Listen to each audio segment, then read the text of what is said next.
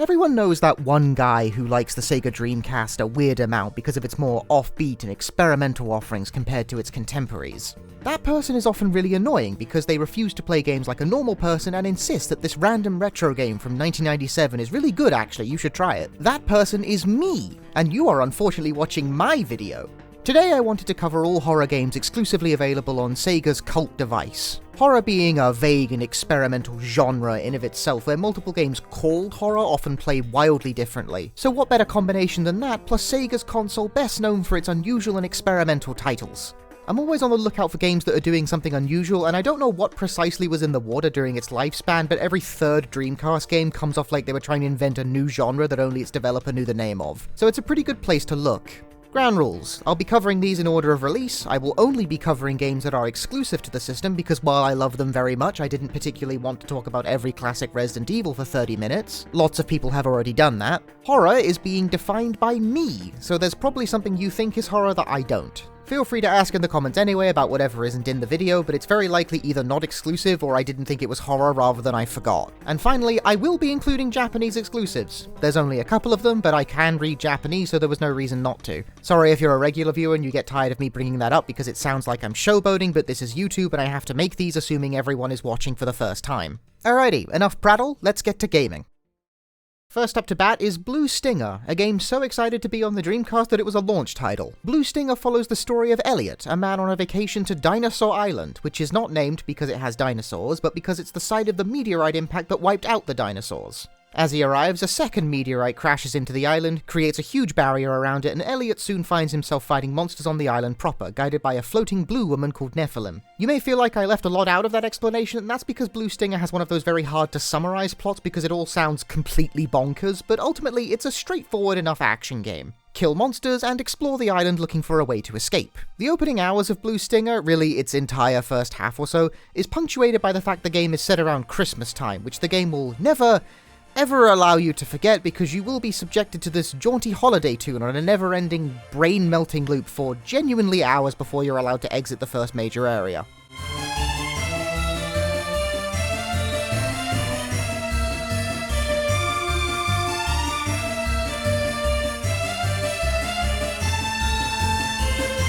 We'll circle back around to Blue Stinger's soundtrack later, but it's not an amazing first impression. What makes a slightly better impression is that our boy Elliot is totally unafraid to throw down with the many-limbed monstrosities he crosses paths with. Content he is to just roundhouse them to death. This is where I have to contend with the basic truth of Blue Stinger and also ruin my own video out the gate. Blue Stinger isn't really a horror game, it's a pretty pure action game. No game where the first thing you do is punch the thing to death could possibly have aspirations to a spooky vibe. And indeed, Blue Stinger does not, and doesn't even pretend otherwise, so I'm not saying this is a knock against the game. When you defeat enemies, they explode into a comedic shower of coins like it's fucking River City Ransom or something, which you can use to purchase new weapons and copious healing items and ammo. From this it becomes pretty apparent you are intended to plow through almost all enemies you encounter for sweet, sweet cash, putting it much closer to something like a beat-em-up. It's an action game, through and through. So why is it in this video then? Because if you Google Dreamcast horror games, this game will almost inevitably be mentioned in the same breath. Anywhere you look for people talking about Dreamcast horror, Blue Stinger will come up. There's some validity to that, since all the creature designs are very horror-inspired, but for the most part, Blue Stinger offers nothing in the way of scares or even much tension. I'm not here to litigate whether action horror is real horror relative to a more pure survival horror game. I just like to assess games based on what it's actually trying to be, and I don't get the impression Blue Stinger thinks of itself as a horror game. However, if I chose not to include it, I would inevitably be inundated with comments asking me why. And then I'd have to explain my rationale for that, and what would happen is I'd end up writing the exact segment I've just written, so I might as well just write it now and include it in the video. So that's what I did. Are you happy, comment section? I lost an argument with you before it even started. This is what being a YouTuber does to your mind. So now that I'm done losing an argument to the straw man I made up, let me answer the question. Is Blue Stinger any good? No, not really. I gotta come out swinging here and probably disappoint a few people at the outset of this video because I know this game has its fans, but I really did not like it. The biggest faults I have with it are the combat and the camera. Blue Stinger is an action game, so fighting enemies and exploring the space constitutes the bulk of gameplay, and the bulk of gameplay is either boring or annoying. Combat is like so. You have a melee weapon with which you can do a little combo, or a ranged weapon with finite ammo. You do said little combo on an enemy and generally repeat until they fall over. If they're annoying, you shoot them instead so you don't have to get close. That is basically it. You have mastered Blue Stinger, certificates in the mail. You get progressively sillier weapons as the game goes on, like a lightsaber that makes a truly awful noise.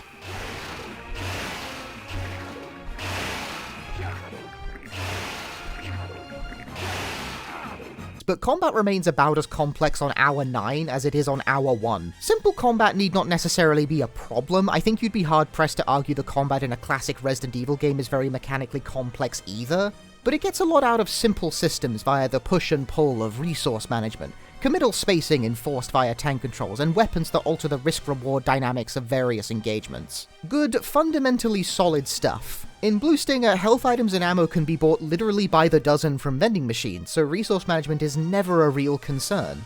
There's a very weak attempt to prevent you from scarfing endless hamburgers by attaching a little animation to every healing item, so there is a risk to healing in the middle of combat, but it's largely insufficient. Adding to the general tedium of combat is the camera, which never seems to want to frame the scene in a way that's natural. It gets stuck on walls, points at the floor, and makes dealing with any boxy layouts considerably more arduous than feels necessary. Now, I would be remiss at this point not to mention that this aspect of Blue Stinger is tricky to talk about since the game actually has two camera systems separated by region. The original Japanese version had a more traditional fixed camera angle style. This was changed in the North American release to an over-the-shoulder camera, and the game's director, Shinya Nishigaki, was not incredibly sold on this change, but still ultimately made the call. Now, fans of the game debate about which camera is better. The original camera is the original vision for the game, while the third-person camera arguably better suits the kind of game that Blue Stinger actually is. I would like to enrage both sides of this argument by saying that as someone who tried both cameras suck, just in different ways. While the North American version was the one I actually finished, I did play about a third of the Japanese version, and found its camera made it supremely difficult to judge relative distance from the enemy owing to it being pulled so far back.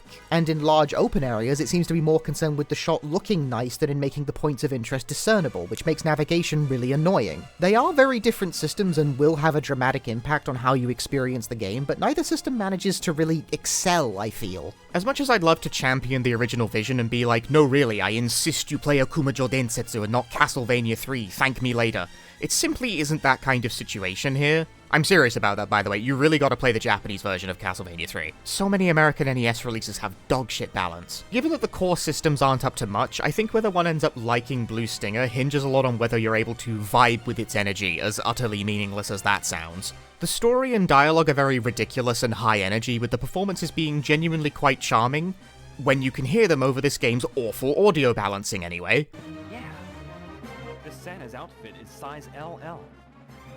Hey, what are you suggesting? It's perfect for you. I guess I have no choice. Good performances used in service of such a bizarre script does give the game a quality I can imagine many find compelling. I do understand why this game has its fans. When Dogs is talking, I am usually smiling. This man is fantastic. What a bitch. At least in the cutscenes, in gameplay not so much. I didn't even mention this, but very early on in the game you party up with Dogs to serve as a second playable character. But despite his incredibly entertaining demeanor, in actual gameplay he is slow and lacks certain necessary traversal abilities, like swimming. Because Blue Stinger, like a lot of games of this ilk, has a fascination with transient level gimmicks that are mostly annoying. I'm sure you don't need me to tell you this, but the swimming in Blue Stinger is bad. So I benched Dogs and barely ever used him. This game is already on the longer end for an action game of this type without his slow-ass movement making it even longer. There's a segment towards the end of this game where you walk down a series of identical ramps and climb down identical ladders for about half an hour, only to reach the bottom and have a cutscene play where the game then expects you to just trundle all the way back up, manually. It's so tedious and mind-numbing, it extends the playtime of the game by nearly a full hour for seemingly no good reason. There is so much of this type of faffing about in Blue Stinger, so unsurprisingly, you'll want to stick to the faster character. After all that, let me circle back around to what actually ended up being easily my biggest gripe with Blue Stinger, and one I see surprisingly few people ever mention when discussing it. This game's music is terrible?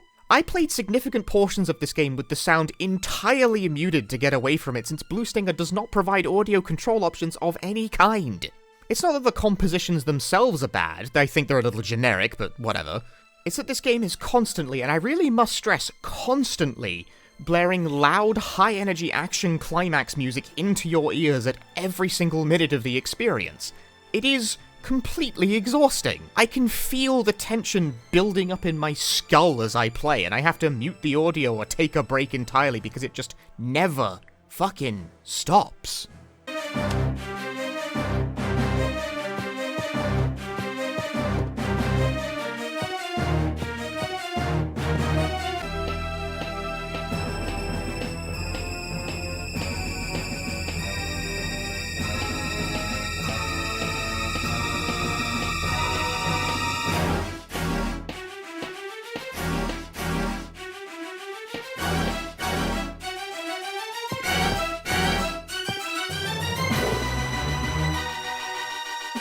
I don't understand at all how this doesn't seem to bother other people more. I've played a lot of games in my life, and it's very rare that I'm willing to single out a soundtrack as bad. Usually if a game has unremarkable music, you just don't end up saying anything and subconsciously mark the game down without really knowing why. But this is inescapable. It never chills out for a second. The moment-to-moment gameplay of Blue Stinger simply isn't high-octane enough to warrant this assault. Please calm down.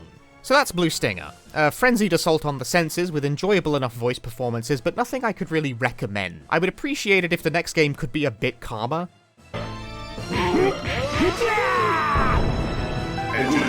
Damn it. Are they all going to be like this? No, they won't be. But for now, we're still in action game territory with Zombie Revenge, a spin-off of the popular House of the Dead series of rail shooters, but instead of a rail shooter, this one is a goofy beat-em-up. This isn't one of the better-known House of the Dead games. You'd be forgiven for not realizing it's related at all until, like, the House of the Dead shows up, like the actual one where the first game is set, but nevertheless. You play as one of 3 characters, each with a different moveset.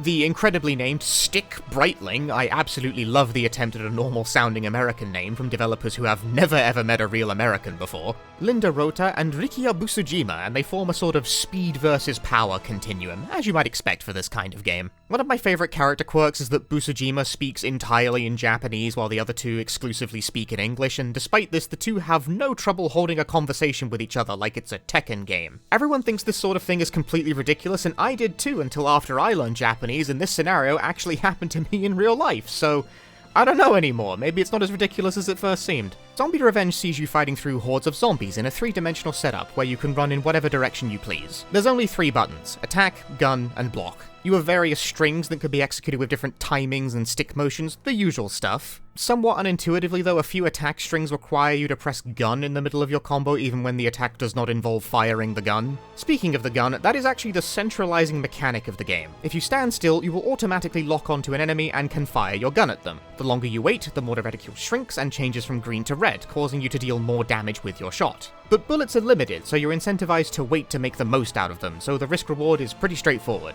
More damage, but you have to pick your spacing wisely and also allow enemies to close the distance to not run out of bullets. You may be fooled into thinking that because bullets are technically limited, you should ration them for when you truly need them and primarily rely on your melee combat like I am in this footage. This is wrong. Do not play the game like this. Physical attacks are for the most part weak and kind of dangerous, while almost every enemy drops bullet refills, so you will only run out if you're constantly firing extremely weak shots. Gun does a lot of damage if allowed time to charge, and also keeps you safe by keeping you out of range of most enemies. Hell, in some contexts, you can even juggle enemies by shooting them, which is always fun. You want to make a game fun? Let me juggle enemies with guns. Always works.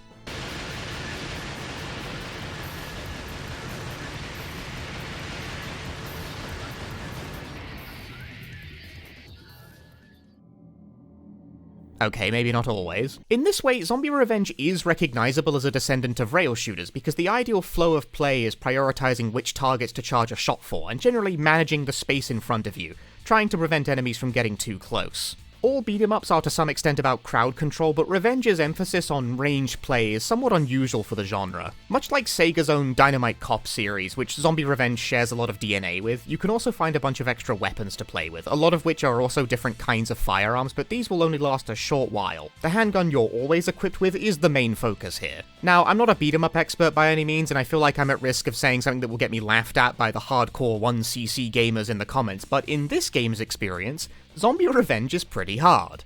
Enemies deal a lot of damage, and if you make the mistake of thinking you should get in close, it's very easy to get moshed to death. Even when you realize it's about distance, it's not that hard to misjudge your shot charge or the distance and get surrounded. It's a one life bar only kind of game too. You can't stock extra lives in the early stages, so it doesn't take a lot of mistakes to send you to the continue screen, even if you do know where all the very well hidden extra health items are at. Adding on to this are the elements of the game that feel simply unpolished. Zombie Revenge is a bit of an awkward game to control. Moving around is not as easy as you might think. Run and block are on the same button, but this makes it surprisingly irritating to start running from a standstill because the game will take block as the priority and you'll just stand there. You have to start walking and then hit run. It feels very wrong. And even then, your run doesn't last until you stop moving. It'll just stop on its own at some point. It's very odd. A similar control issue is that if you're standing over an item, both attack and gun will pick it up, and the item pickup animation is pretty lengthy and not safe.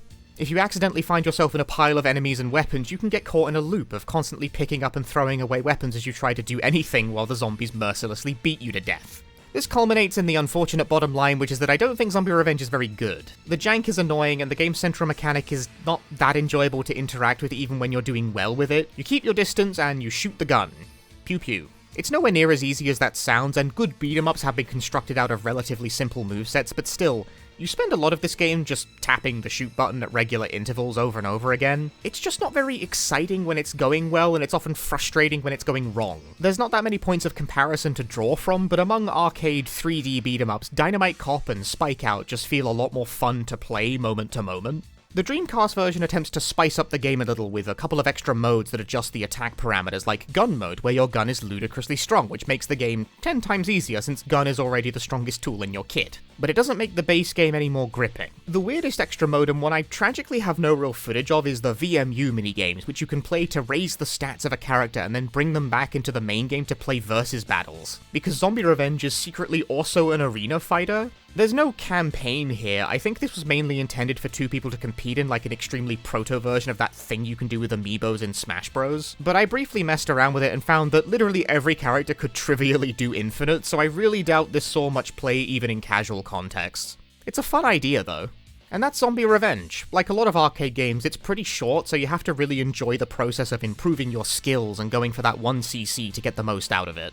It's not awful necessarily, but given that if you own a Dreamcast, you're really spoiled for choice when it comes to great arcade ports, and in that company, Zombie Revenge just doesn't really compare. It's maybe worth kicking this can around the block if you're a beat-em-up enthusiast and want to play something a little strange, but curiosity is really the highest praise I can afford it.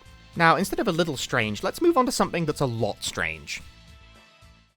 Okay, I have to interrupt the video because I'd like everyone to know that I can't do my usual opening with a sizzle reel and song from the game thing here because D2's entire soundtrack is in the YouTube Content ID system because whoever manages the rights these days is an asshole. Just know that this game has a great soundtrack, and it'd be really awesome if I could use any of it, but you know, whatever, some random asshole who didn't write the music wants ad revenue. This one particularly galls me because the guy who wrote the music for this game passed away years ago, so congrats on penny pinching the works of a dead man. The modern world sucks balls, and music industry types can all collectively eat shit. Just wanted to get that off my chest because this one's been annoying me for years. Do you know how much of dancing around this obnoxious system I have to do when I make any of these videos? In lieu of D2's soundtrack, please enjoy these songs from the Evil Knight soundtrack. Anyway, sorry to open that on an angry note. Let's talk about D2. Just D2. Does not stand for anything. D2, despite the number, is the third game in the loosely connected D series, not to be confused with D4, which is the only game in a series that never came to be, or D3, a Japanese game publisher that has nothing to do with anything today. This is just D2, the sequel to D. And also Enemy Zero. You got that? Good. Every game in the series is a horror game of some description, but all sport completely different mechanical cores, with their only connection being aesthetic sensibility and the fact they all star a woman named Laura as their playable protagonists. This one's an FMV adventure game, this one's a first-person shooter, kind of. And then there's D2, the most ambitious and fully featured, being a fully real-time 3D survival horror game set in the Canadian wilderness. Despite it being explicitly a numbered sequel to D, D2 has no direct connection and can be played entirely standalone without any issues in comprehension. D is not required reading. D2 is a game that has a pretty interesting development history, having originally began life as a flagship title for the Panasonic M2. Warp Games and Kenji Eno, the man who founded and directed all of Warp's productions, had a good relationship with the 3DO company owing to the fact Warp was a fairly small outfit. Despite the 3DO being roundly derided and largely rejected by the American gamer for its absolutely eye-watering price tag of $700 which, as an aside, is now $50 less than what a PS5 Pro will cost by the time this video goes out. The 3DO had very low licensing costs to produce games for relative to its competition, which made it very attractive for Warp and Eno, who needed to be as thrifty as possible just to stay afloat. Kenji Eno is a deeply fascinating person and a visionary in his own right, as he was basically attempting to manage an indie game studio at a point in time where this wasn't really a thing, not like how it is today at least. Warp would eventually release D, initially exclusively on the 3DO, where it saw critical and commercial success, especially in Japan. Recognizing they had a good thing going with Mr. Eno, with D being one of the few hits the 3DO would ever produce, when the 3DO company began plans on a follow-up system, the M2, they proposed Warp create a sequel to D for the new console. This D2 was actually shown to the public via screenshots, and some details of the story and gameplay are known, but this D2 would ultimately be cancelled alongside the system it was supposed to release for, owing to the 3DO's poor performance dashing Panasonic's hope of being in the console space. Nevertheless, the M2 would somehow actually make it out into the world in some form, being used as the hardware basis for a couple of arcade games, Konami's rail shooters Evil Knight and Total Vice to name two. See, my choice of music replacement wasn't totally arbitrary. Evil Knight still doesn't run well on emulation because nobody knows what an M2 is, and it'd be nice if someone could work that out before I die so I can play that game at the correct speed, thanks.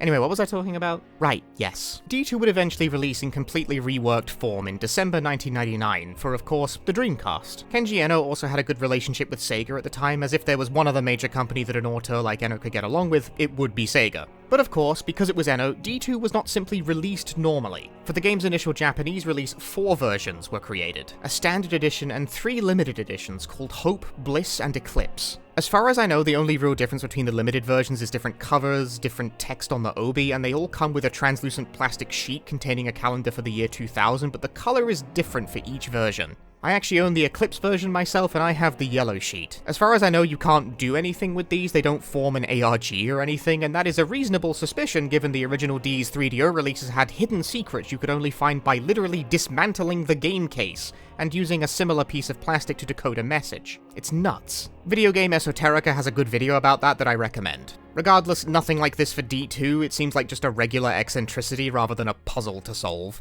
There's a lot more I could get into production-wise, but what about the actual game? For how much preamble I just did, D2 is pretty immediate in its premise. You play as Laura Parton, who is on board a plane that crashes into the Canadian wilderness due to a combination of violent hijacking and meteor strike.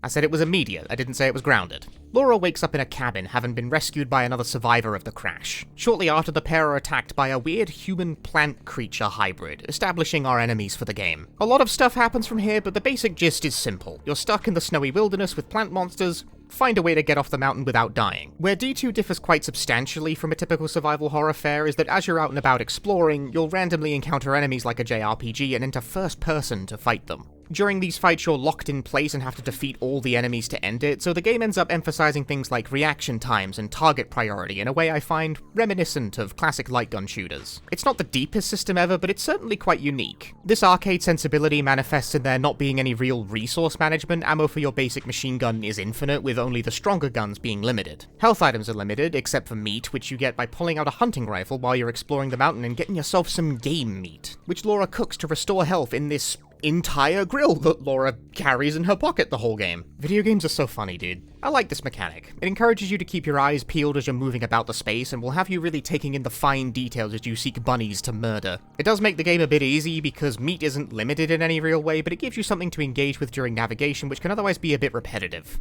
After a battle concludes, you gain some experience just to complete the RPG comparison. Get enough experience, Laura levels up, which increases her damage and maximum health. There's no character builds or anything like that. Progression is fairly linear. It's just something that serves to make encounters gradually faster to blow through as you spend time in a given section of game. The RPG elements are very light, but they are welcome because you do spend a lot of time trekking back and forth across the same areas in D2. There's a lot of going to a place, witnessing a scene, and then trekking back to home base to talk about it, which progresses the story. Speaking of story, D2 is really heavy on it. This game contains genuinely hours of cutscenes, mostly of characters simply standing or sitting in one place and talking to each other. talking about their feelings, and owing to one of the main characters being a poet, these diatribes often get very existential and flowery. You learn a lot about these people and their mental states over the course of the game, often in excruciating detail. I am loath to come across like an impatient rube, but I really think D2 would have benefited from an editor cutting a lot of this stuff down to size. There are definitely entertaining scenes here where unpredictable and crazy things happen that keep you hooked, but they're spread a little thin across hours of listening to Kimberly be existentially depressed at you. And I do mean at you, because despite the strong story emphasis, Laura herself almost never speaks. She's a completely silent protagonist. I wish I could connect more with the character I'm playing as, but I'm not really given a lot to go on here. She's not devoid of personality, but I find this decision to be unnecessarily restrictive. I think it would have been fine to let her talk. Although one of my favorite characterizing moments she gets is around the midpoint of the game where there's a locked cabinet with a weapon in it, and the cutscene lingers just long enough to make you think this is going to be the short-term objective, find the key for this cabinet, and then Laura just punches the glass out and yoinks it. It's a good moment. I feel like D2 really wants to say something profound and interesting, and in fairness, I would say the game deals with mature themes with a due level of respect. It's a very high-minded, if somewhat scatterbrained game that touches on themes like substance abuse, death, the grief pursuant to that, and the nature of humankind itself. And simultaneously, the kindest and meanest thing I can say about the narrative is that it is certainly trying. There's absolutely a compelling strangeness that will push you through it, but it's not always the most exciting game moment to moment. The story can be very oblique. You really have to be willing to try and meet it halfway, especially given its propensity to rapidly ping-pong between topics and tone. But once again, let's get down to brass tacks here. Do I think D2 is good? Yes, I do. I am grateful to the games that show me something new and exciting, and mixed in experience though it may be, there is definitely nothing like D2. I certainly think the narrative is a touch overwrought and pretentious, but I don't think that's actually a fatal problem. The atmosphere of the desolate but dangerous mountains is strongly realized. There are moments of horror that are highly effective. The gameplay blend is original, and I just have infinitely more time for its big, ambitious swings at a grand scope and high-minded ideas than I do more cookie-cutter games unwilling to dream bigger. The game comes on 4 discs, man. They were serious about this. In fact, I'm gonna do something slightly unusual here and just jump to the ending to show you a couple of clips. Don't worry, this doesn't really make any more sense with context. This is real. I did not edit this. This is really one of the last things the game chooses to show you. Then it starts showing you footage taken from films or documentaries or something, I don't know, that almost certainly weren't cleared by legal, and I'm honestly worried about catching a copyright claim by proxy for even showing it. But what D2 actually ends up being about by the end is human progress at the turn of the millennium, and Enno's very potent anxieties about its effects on the world. How it gets there is very rambly and jumbled, and I wouldn't blame you for not entirely following its train of logic to this particular station, but very few people were even trying to do things like this in video games at the time. And Enno's anxieties were ultimately spot on, but nevertheless, his message is hopeful. D2 is about the power of love and how through it, humanity can be offered a second chance. It can be hard to feel the same way given how things are going these days, but it's a nice sentiment. A pleasant if inarticulate echo from the past. D2 is art. It's messy art, it's not the most broadly appealing art, but it's art from a really interesting creative who was only really starting to find his voice. I recommend D2. I think if you like games as a means of artistic expression, and I like to think if you watch my channel you appreciate the finer things in this medium, D2 will give you a lot to think about. Tragically, D2 would be the last big console release Kenji Enno would work on, with his only other game after D2 being a small WiiWare title called You, Me and the Cubes, before his passing due to heart complications in 2013, at the age of only 42. He leaves behind a fascinating legacy of games cultivated by a provocative mind who truly believed in and saw the potential of games at a very early stage. He was a true visionary, and we are poorer as a culture for losing him.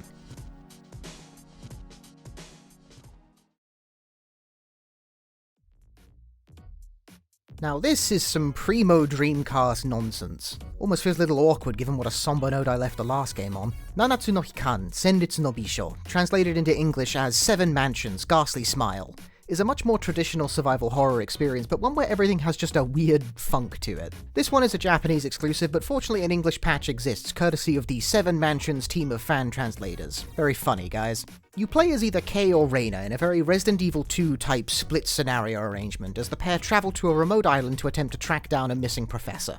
The pair are quickly attacked by weird creatures with inscrutable marionette-type designs, and things get going from there. Now, I'm keeping this one very brief because not to bury the lead, but 7 Mansions is a bit crap, but it is very funny. Funny enough that I've already discussed it at considerable length on this channel. Its main draws are its completely bonkers story combined with its highly energetic voice performances, a surprisingly novel gameplay system where both characters need to be managed at once. It's very Resident Evil 0 adjacent but came out well before that, and it's genuinely crazily ambitious co-op campaign, where the entire game can be played with a second player and the whole campaign undergoes fairly dramatic alterations to accommodate this. It's faulted that it's pretty stiff to actually control, especially combat where the gap between pressing attack and landing a blow can be measured in geologic time, and it's a surprisingly buggy game in places. Nevertheless, for horror or Dreamcast enthusiasts, Seven Mansions is definitely worth the time to play through. You won't be bored, and if you'd like to hear more about it, once again, I did make this whole other video about it, so check that out if I've piqued your interest. But for now, let's move on to games I haven't previously covered.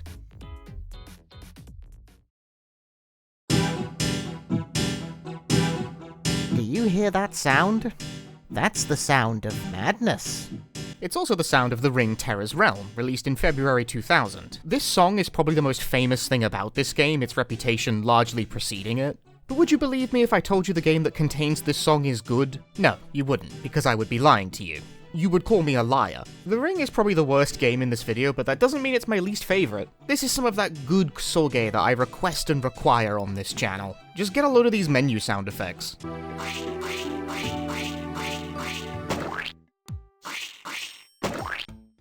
Why on earth is that the noise they picked? We haven't even started playing yet and you can already tell that this game is quite something. We start off strong with an opening FMV where a man suddenly dies in his home from staring at the computer too hard. He was probably playing League of Legends. The man's girlfriend and our protagonist, Meg Rainman, arrives just as his body is being removed from his house. The voice direction of this opening is absolutely incredible. You're gonna have to get out of here. Or do you live here? What's happened, officer? What's happened, officer? No, I'm asking you a question. Do you live here? Hello? Miss? I don't even really need to describe this, I'm just gonna supercut the best line deliveries here for a moment. Like, hey man, what's happening here? Hold on a moment, sir. I know the two of them. They're friends. What happened? I don't believe this. I see. I'm Jack, and this is Robert's girlfriend, Meg. Oh, I see. Well, I'm What sorry. happened to Robert? Not a murder? Then what's that? Did you see his face? What's happened? Oh my god. I'm still alive. I'll work for this company without you, Robert. I shouldn't mourn your death forever. Right.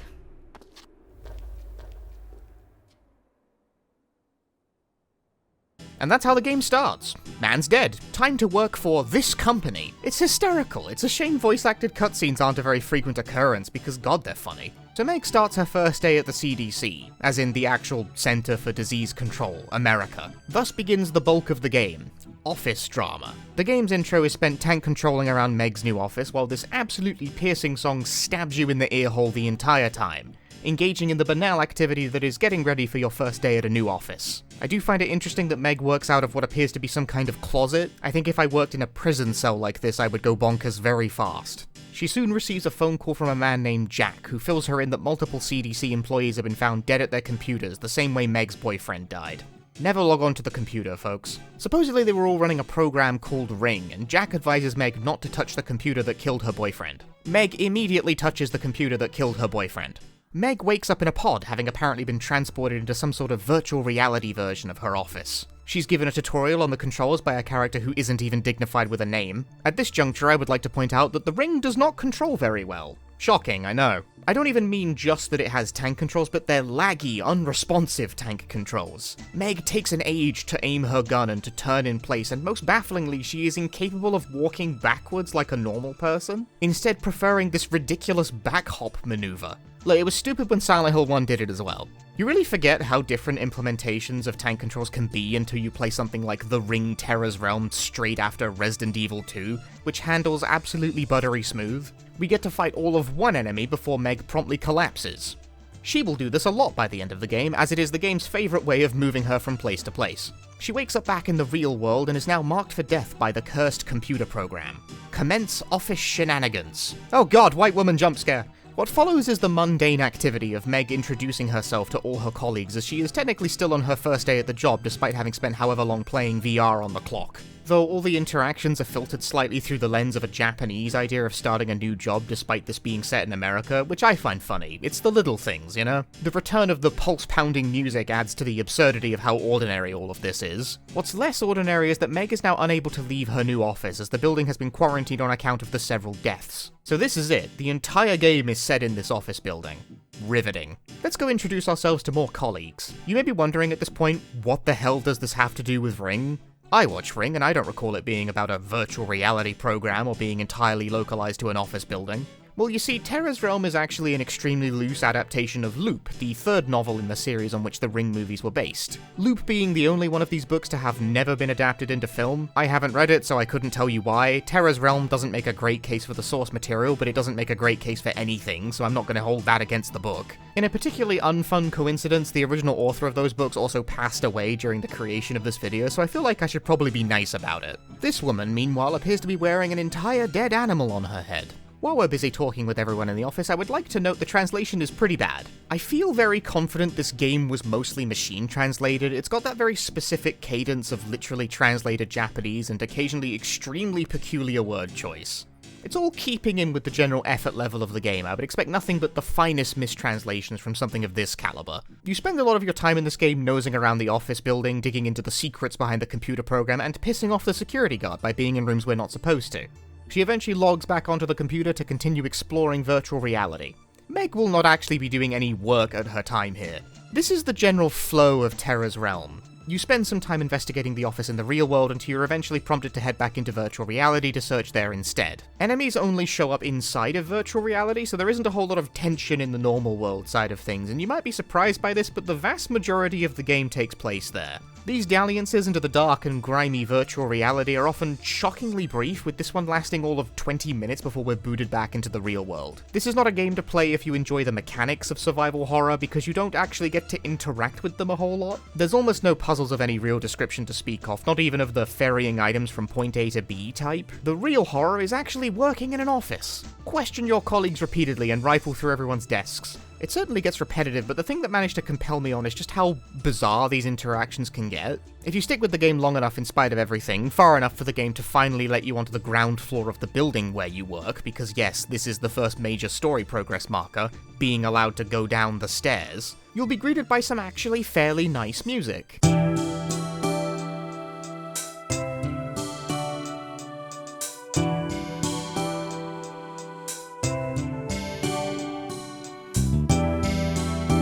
This song plays in one room in the whole game, and there's no reason to ever be in that room for more than 10 seconds. This game's soundtrack has become the stuff of bad game legends, which is a little unfair because most of it is actually totally fine. It just makes the extremely weird decision to use the worst cuts for well over half the game, while the stuff that sounds alright is relegated to small sections. But it's only a little unfair because some songs are actually more like musical stingers that last for about 10 seconds but loop for minutes.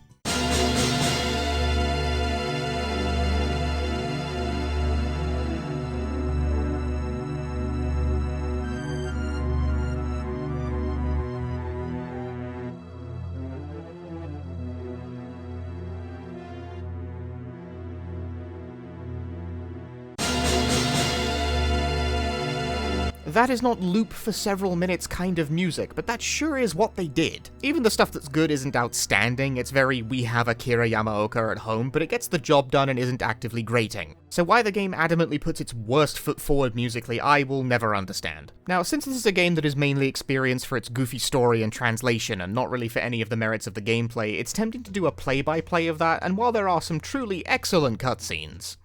Sky!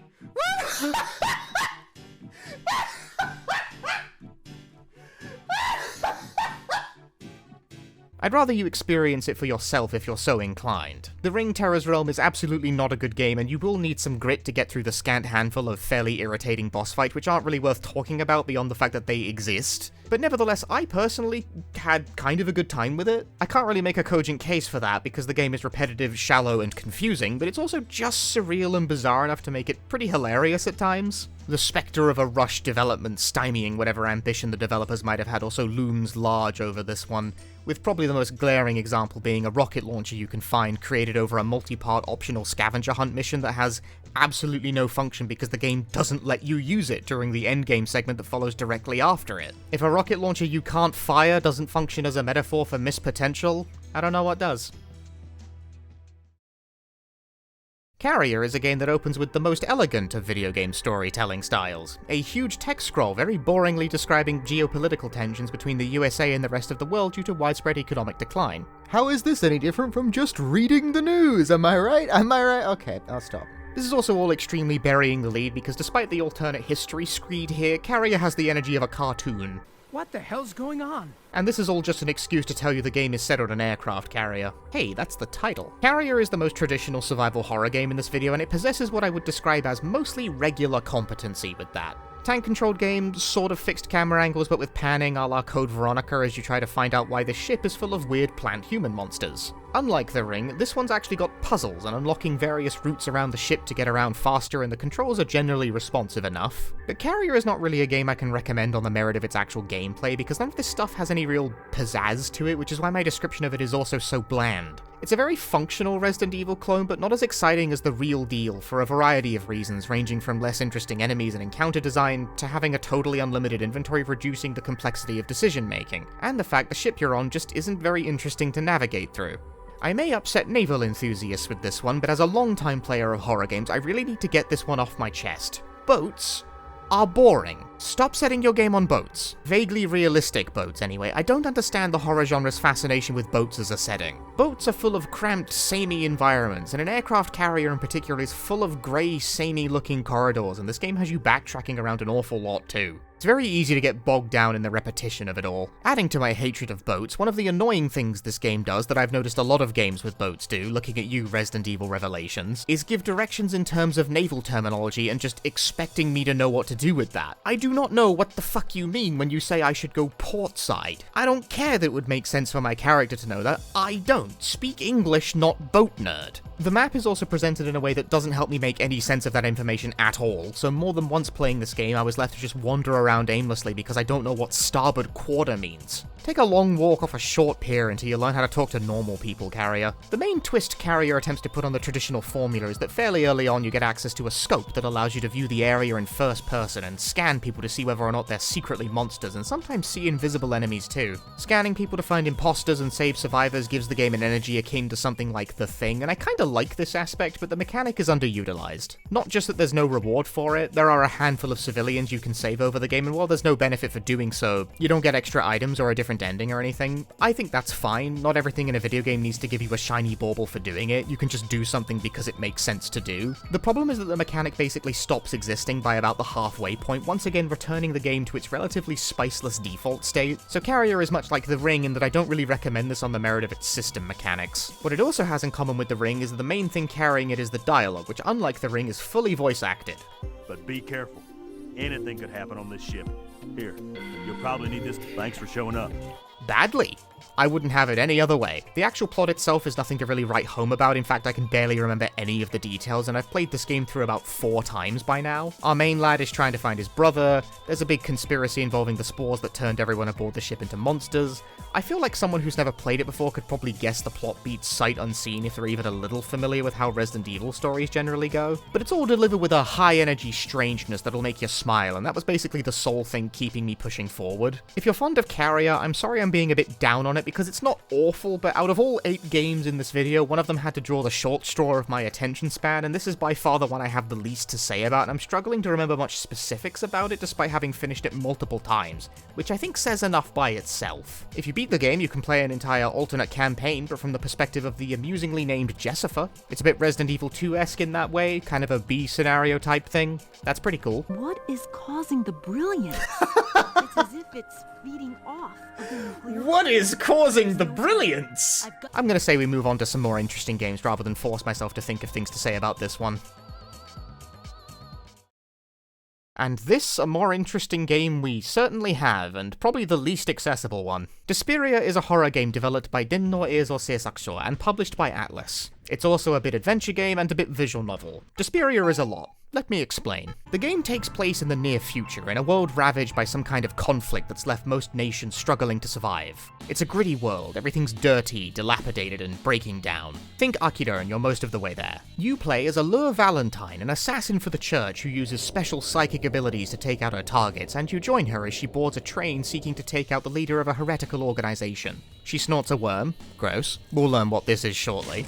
She has a few visions, and then the train promptly explodes and derails. Thus the game begins. Now that's a lot to take in, and can I just say, metal as hell, Despiria setting rocks. I loved the ruined near-future psychic power stuff. I like Akira, I like Galarians, I like Esperade, I just like that kind of thing, and Despiria is right alongside them. Rummaging through the ruined train, we quickly find some kind of needle, and Allure's internal narration helpfully explains this is something you shove straight into your brainstem in order to amplify your mind powers so you can kill people with them. However, as a church assassin, we've already got one, so this one must belong to someone else, indicating someone else on board the train has the same abilities that we do. Then we find a worm. This is a parasite you also stick inside your head to shield your mind from psychic attacks, and almost certainly what our protag took a hit of in that opening FMV. These are our basic equipment types in this RPG. Brain needles are your weapons, brain parasites are your armor. They function like normal equipment, but still, gross. We haven't actually gotten to any fights yet, so for the time being we can acquaint ourselves with the basic controls. Despiria sees you exploring pre-rendered environments which you can often rotate in a full panoramic view, which is pretty cool. You press a button to highlight areas you can investigate, and then investigate them. Presentation is a bit visual novel-esque in that almost everything you can interact with will prompt some sort of internal narration from our protagonist, which as a vehicle for letting you learn details of the setting and more about the character we're currently inhabiting is pretty natural, but it can also be a bit tiring. Sometimes you wish Allure wouldn't wax philosophical for 4 sentences about everything she looks at. I can't help it, I'm not a fluent reader of Japanese, and Despiria is a very text-dense game, so my brain just gets tired easy on this stuff. Also, yeah, this game is a Japanese exclusive, and being a text-dense adventure game RPG hybrid, you're getting nowhere fast with this one if you aren't a reasonably strong or at least very patient reader of Japanese. We learn quickly from said internal narration that Allure is a pretty stoic woman. The fact she survived a train exploding and subsequent derailment doesn't seem to shake her up very much. She registers it more like an inconvenience from her goal of assassinating someone and quickly tries to get back on track. It turns out a surprisingly large number of people also survived the train crash, so we meet a few characters as Allure tries to figure out which one could be her target as we explore the subway tunnels looking for a way to escape. Now, because Allure is some flavor of psychic, she is also capable of reading minds and sensing residual thoughts left in the environment on areas of interest. These take the form of these coloured swirls as text erratically shifts in and out of view. The way Despiria treats text itself is really cool. Fragmented thoughts are presented literally fragmented. Agitated thoughts are presented quickly and often pop into the screen in a large overlapping font, taking up more space. Sometimes you touch an object and an overwhelming rush of thoughts takes over the screen, overflowing with information. This game has no voice acting, so this is a really cool way of imbuing some flavour into that process. Making the text often physically difficult to read is also a really interesting way of putting you in the same headspace as Allure. It's a cool mechanic, very artsy, I like it a lot. You can pick up clues to progress or just plot foreshadowing from these thought readings, and you even gain experience for doing it, so there's incentive to pick up as many details as you can. Speaking of experience, let's talk combat. Every so often while you're exploring, you get into fights. Sometimes these are against malicious thoughts, sometimes it's other people or hostile androids about the place. There are random encounters that happen sometimes when you move from place to place, but in my experience the encounter rate is surprisingly low. I wasn't totally sure for the first few hours whether or not the game even had random encounters. Most fights are fixed encounters in specific places. But when you trigger one, you're spirited away into a mind battle, and Allure will summon funny little creatures called minds to act as extra party members for the duration of a battle. The system itself is not super complicated. Minds have attacks of various elements that cost MP or can use healing and stat buff moves. While Allure herself has only a basic attack, but is the only character who can use items or change the currently active minds, since you could accrue a stock of them in a system fairly reminiscent of the average Megami Tensei game. Which makes it funny to me that this game was published by but not developed by Atlus. Clearly they were operating on a similar wavelength. As an aside, I don't think the battle backgrounds are quite meant to look like that. I think some of the color distortion going on there is an emulator problem. Go figure, the one game for this video I didn't play on real hardware has emulation bugs. Bummer. The main challenge of combat is managing your mind's MP and also not dying, since every attack besides Allure's relatively weak basic attack has a cost, so if you go full blast constantly, you'll run dry before long. Crucially, having a mind guard will restore MP in addition to increasing their defense for a turn, and minds in reserve stock also recover over time. So it's a game that rewards the patient player who recovers cautiously and cycles their minds around in a fight. In theory, this all sounds fine, but in practice I find it a bit obviously abusable. One of the minds you start the game with has the ability to reduce the enemy's attack power, and debuffs in this game appear to stack with no limit, so if a fight only involves a single enemy, it's not that hard to reduce the enemy's attack power to the point where they're barely capable of hurting you at all, allowing you to recover all of your parameters, wasting turns guarding forever. Now, I like a resource management dungeon crawler style of JRPG, and I'm actually a little sad that type of RPG design isn't in vogue these days, but there's a fine line between rewarding a player who carefully and patiently manages their resources, and rewarding a player who just turtles and actively wastes time on purpose. Despiria is definitely the latter. Recovery outside of battles has to be done via either items or a save point, which will cost you money, so you're definitely incentivized to recover in mid-combat like this. Combat in general in this game is a bit easy anyway, which I think actually makes the incentive to turtle slightly worse. Like, I'm doing all this and the game's not even hard.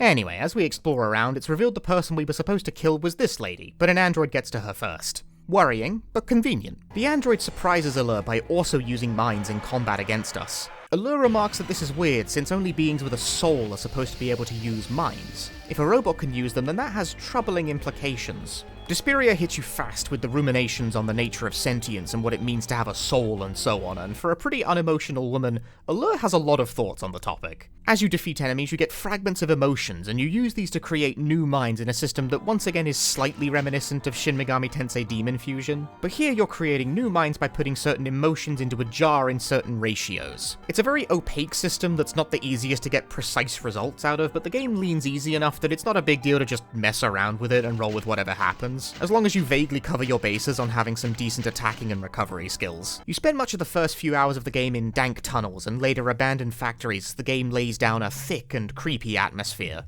Despiria has style for days, with its detailed environmental renders and world building. It's just a very cool looking game. I can show you almost any frame of this game and it looks mysterious and foreboding. After you defeat what I would loosely call the game's first boss, a crazed man who caused the train accident to cover up for his experiments on defeating death by injecting people with artificial personality transplants. If it sounds like I'm moving fast past this, it's because I am. Everything seems fine and solved, and you're due to escape the dank tunnels as the rescue squad arrives. Then Allure gets her entire head crushed. An enemy sneaks up on her and... crunch.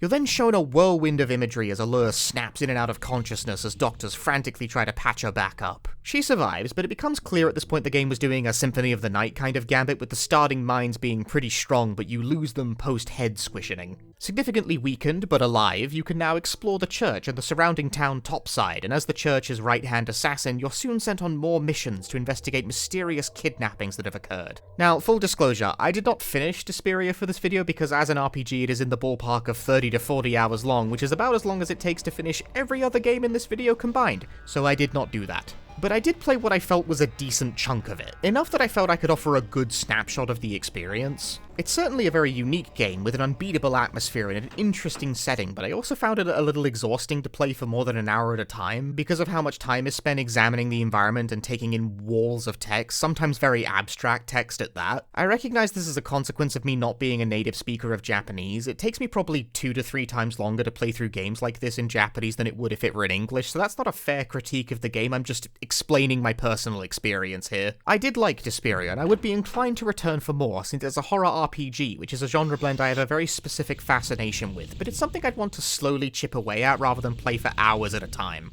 As an aesthetic object, Despiria is cool as hell and will give all you lovers of early pre-rendered computer graphics material for weeks. Despiria is good, and I hope this one gets a fan translation someday so more of you can play it. It's a shame this game's current reach is limited to videos like this, but let's leave it behind for now and see what the last game today has to offer us.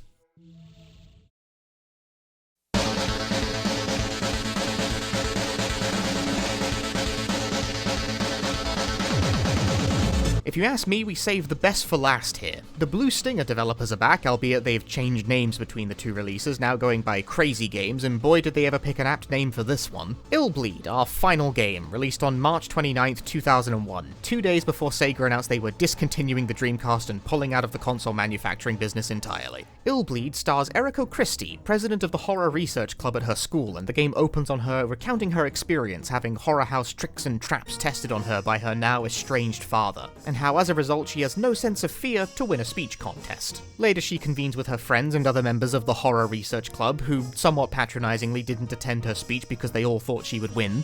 Bit rude, but regardless, they've all got tickets to Illbleed, the coolest new horror amusement park around. There's a $100 million prize for anyone who can reach the end of Illbleed, but nobody has claimed it so far. The Horror Research Club can't pass up this opportunity, but Eriko declines for reasons unknown. She just gets a bad feeling about it. Her friends go on without her, but don't return, and after a few days, Eriko eventually makes her own way to Illbleed to investigate. Thus begins the game. You're dumped into the hub world without all that much by way of explanation, and most of the hub world's functions are not of much use to you at the moment. The most you can really do is purchase a couple items from the store with the $3,000 Eriko brought with her for some reason. Holy crap, she's just walking around with all that. So you enter the first level through its respective movie theater, the Home Run of Death. You're treated to some opening narration setting the stage, telling the story of a hotel owner and his baseball prodigy son, who was tragically killed in a teenage prank gone awry, and now his grief-stricken father hunts people down with a flamethrower. Every level in Illbleed is like this. They're framed as entirely separate stories that contextualize your actions because it's a theme park, remember? The first thing you will do in this theme park is walk forward and have a wooden board smack you square in the face, causing a ridiculous geyser of blood to erupt from you. You will take no damage from this, however. It's a very strange way to open the game. Now, if you are an average gamer, what will most likely happen your first time playing is you'll blithely run around where every so often you'll trigger a trap and get hurt for sizable amounts of health and probably wind up slowly dying, confused, and with no idea what to do. Partially this is because you didn't read the manual, because none of you ever do. But in your preemptive defense, hypothetical viewer, Illbleed is not the easiest game to understand even with instruction. There is an in-game tutorial, but it is, for reasons I cannot even begin to get my head around, hidden behind another building in a weird side area that you are extremely unlikely to stumble across unless you are the type who patiently examines everything. Yes, I know this dude in the opening technically tells you where it is, but he sounds like this. What?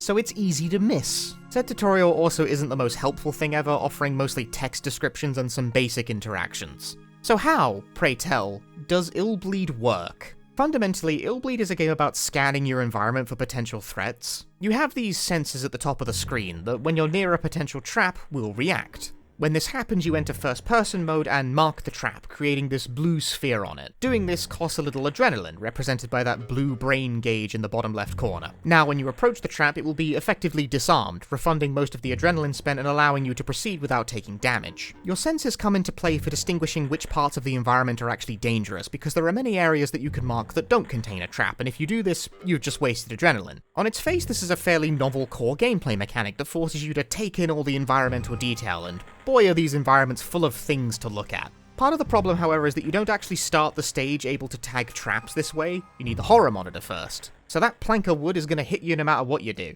How do you get the horror monitor? It's always very close to the initial start point of a stage and makes all of your senses react simultaneously. Trying to find it should always be your first priority, but this is the best method the game has for communicating this information to you. Items that aren't the horror monitor can also be found, and these make your sixth sense react, but crucially, so do enemy encounters, which when activated transport you into Little Pocket Dimension, where you can either fight the enemy to the death with your kind of clunky attacks in exchange for a sizable adrenaline payout, which makes a surprising amount of thematic sense, or escape the encounter by running over to the helipad and mashing B to summon an escape ladder, even if you're indoors. More games should give absolutely zero fucks about making any sense, I think.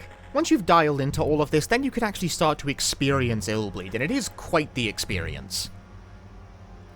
Quickly into the home run of death, you find a baseball bat that talks to you, fight the disfigured father, and eventually, for absolutely no reason at all, need to escape a giant version of said father as you jump across scattered platforms using Illbleed's kind of terrible jumping controls. It is a game that, between the core of scouting out traps and proceeding safely, only wants to show you something extremely bizarre, and it will do so very frequently. I'm okay with showing you the highlights of this first level because it's nothing but a fraction of the frantic energy put on full gleeful display in this game. Illbleed's biggest issue is really just its learning curve. The game is mechanically highly unique and isn't particularly good at explaining itself, which often leads to people bouncing off it before they ever really get to grips with it.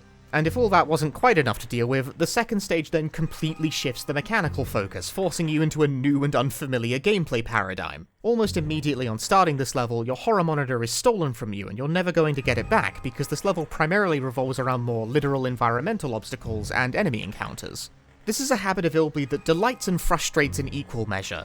The controls never change, this isn't a minigame compilation or anything, but it is totally unafraid to rework itself on a whim to tell a new story using its mechanics. And I personally really love it for that fierce sense of originality it has, but I've also seen it annoy the shit out of many people because they end up feeling like Charlie Brown going to kick the football. Just when you think you're getting the hang of it, Illbleed will mix you up and take immense pleasure in doing so. But it does not do so because it wants to hurt you. Illbleed is not actually a very hard game, nor do I think it has aspirations of being so. It's just so enamored with its own machinations that it forgets to give you a heads up when it changes the flow all of a sudden. Items are cheap and strong, and light RPG mechanics that allow you to upgrade your character make the margin for error considerably higher than you might first expect. But you have to realize items are worth buying, and also that you can do things like walk slowly to recover your bleeding gauge because most people are just going to run everywhere. I have some gripes with the system, it's obviously not perfect. If you want to find fault in Illbleed, it's not hard. Like I mentioned previously, the combat controls are clunky, and the attempted compensation by giving you a completely invincible but hilarious dodge where your character just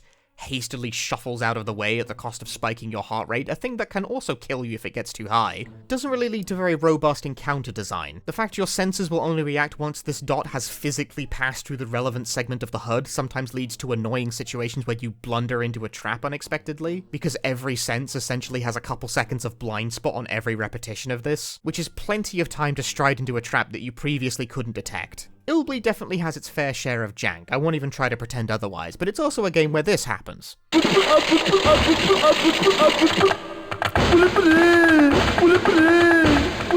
So like, I don't know, it's probably the greatest game ever made, right? This is the only game in this video, or that I've ever covered on this channel really, where I'm avoiding spoiling huge chunks of it, both because I really think it's something you should experience for yourself, but also because I think I would get the video demonetized if I showed the wrong parts of it. Particularly the true ending, because this aggressively dumb and violent game is also very horny, and that's not really in vogue with the corporate overlords these days.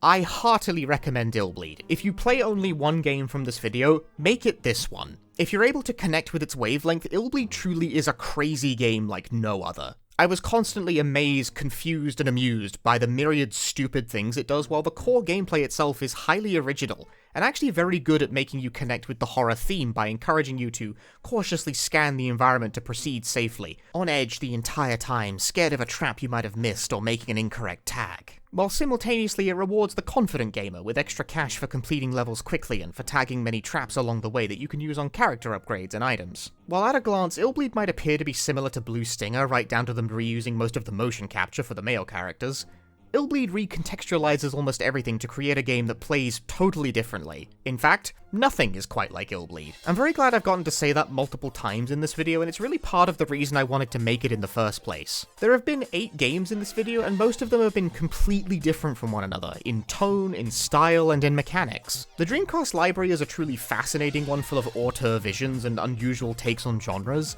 and I hope you enjoyed this look at some of the spookier cuts on the system. I'll probably return to the Dreamcast for some other video because the system is full of fascinating titles, but for now, that's it for the horror exclusives. Thanks for watching this video. If you enjoyed it, please give it a like and subscribe to the channel for more stuff like this, and consider also supporting the channel on the Patreon to get your names in these credits, and also because I would not be able to justify producing videos this long on a regular basis without it. I hope to see you again soon with more interesting games.